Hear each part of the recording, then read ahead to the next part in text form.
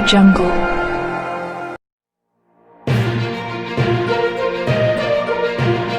नमस्कार, आइए DBI news 24 में सुनते हैं मीडिया रिपोर्टर रूबी की खास खबर।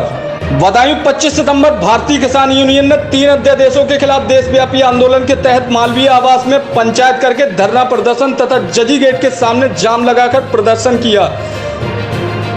प्रदर्शन में किसान सभा, कांग्रेस व आप पार्टी ने आकर समर्थन किया। भारतीय किसान यूनियन की देशव्यापी आंदोलन के तहत सुबह से ही भारी तादाद में पीएसी व कई थानों की फोर्स लगाकर मालवीय आवास को छावनी में तब्दील कर दिया गया, परंतु कड़ी व्यवस्था के बीच भी किसानों ने सरकार विरोधी नारे लगाए। उन्होंने कहा किसान के विरोध में लाए गए 3 बिलों को सरकार तुरंत वापस ले, वरना यह संग्राम जारी रहेगा। भारतीय किसान यूनियन के मंडल प्रवक्ता राजेश कुमार सक्सेना के नेतृत्व में बदायूं में सैकड़ों की संख्या में हरी टोपीधारी ट्रैक्टर ट्रालियों से पहुंचे। इस अवसर पर राजेश कुमार सक्सेना ने कहा कि केंद्र सरकार हिटलर शाही रवैया पर आ रही है। इस सरकार द्वारा जो भी आश्वासन दिया जाता है वह झूठे होते हैं। माननीय प्रधानमंत्री जी की बात पर किसान किस तरह विश्वास करें, क्योंकि प्रधानमंत्री जी चुनाव समय में हर मंच से कर्जे को माफ करते रहे और सरकार बनते ही जुमला साबित हो गया। सरकार की दुगनी आमदनी वाला वायदा आज पूरी तरीके से फेल हो चुका है। किसान को वाजिब दाम भी नहीं मिल रहे हैं, उनका लागत मूल्य नहीं निकल रहा।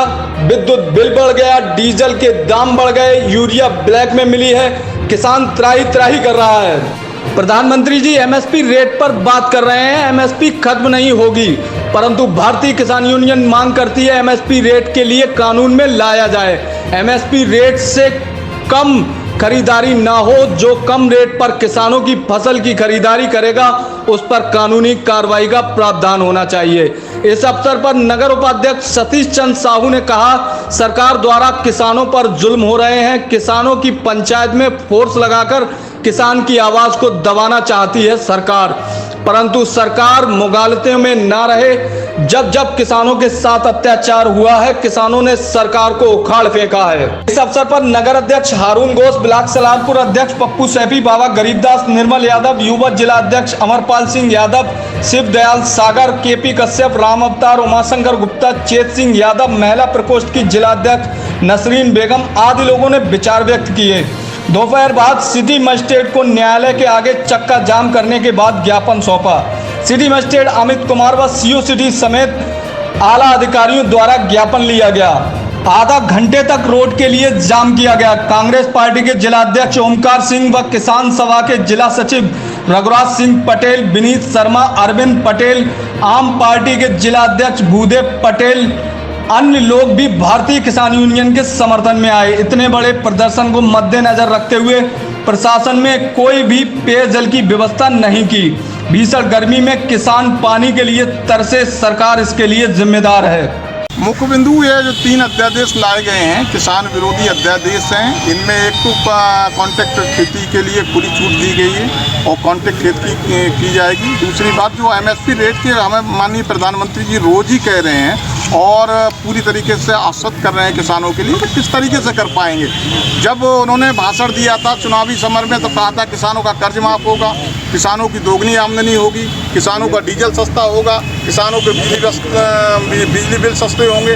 आज जब उनका कानून उन बिंदुओं पे खड़े नहीं उतरे, उनके जुमले रहे, तो हम कैसे प्रधानमंत्री जी की बात पे यकीन कर लें। दूसरी बात, जब एमएसपी की बात कह रहे हैं, कानून ला रहे हैं, हमारा मांग ये है कि एमएसपी रेट है क्या।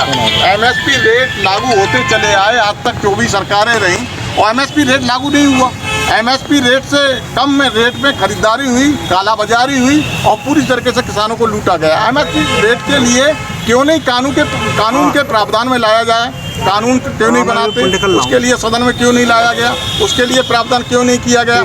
जिस तरीके से 4% किसान देश भर का एमएसपी रेट पे सिर्फ गन्ना, गेहूँ या अपना अनाज डालता है और उसके अलावा सारी लूट होती है। 96% लूट की जाती है। हम कहते हैं एमएसपी के लिए पूरी तरीके से कानून के दायरे में लाइए। जो भी एमएसपी से कम रेट में खरीदे 3/7 की कार्रवाई की जानी चाहिए, कालाबाजारी रोकी जानी चाहिए।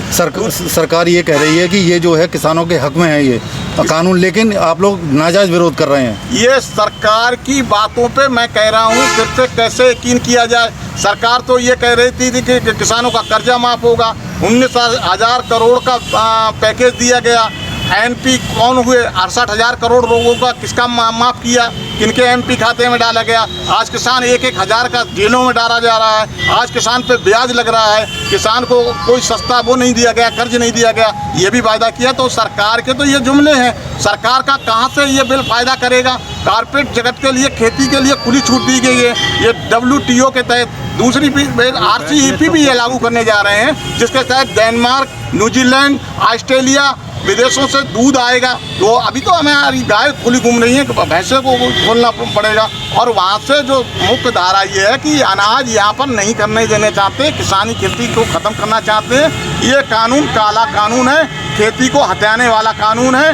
ये विदेशी कंपनी और उद्योगपतियों के हवाले करने खेती जा रही है सरकार, और ये कानून उन्होंने पास कर दिया जो WTO के विरोध में हम हैं पूरी तरीके से।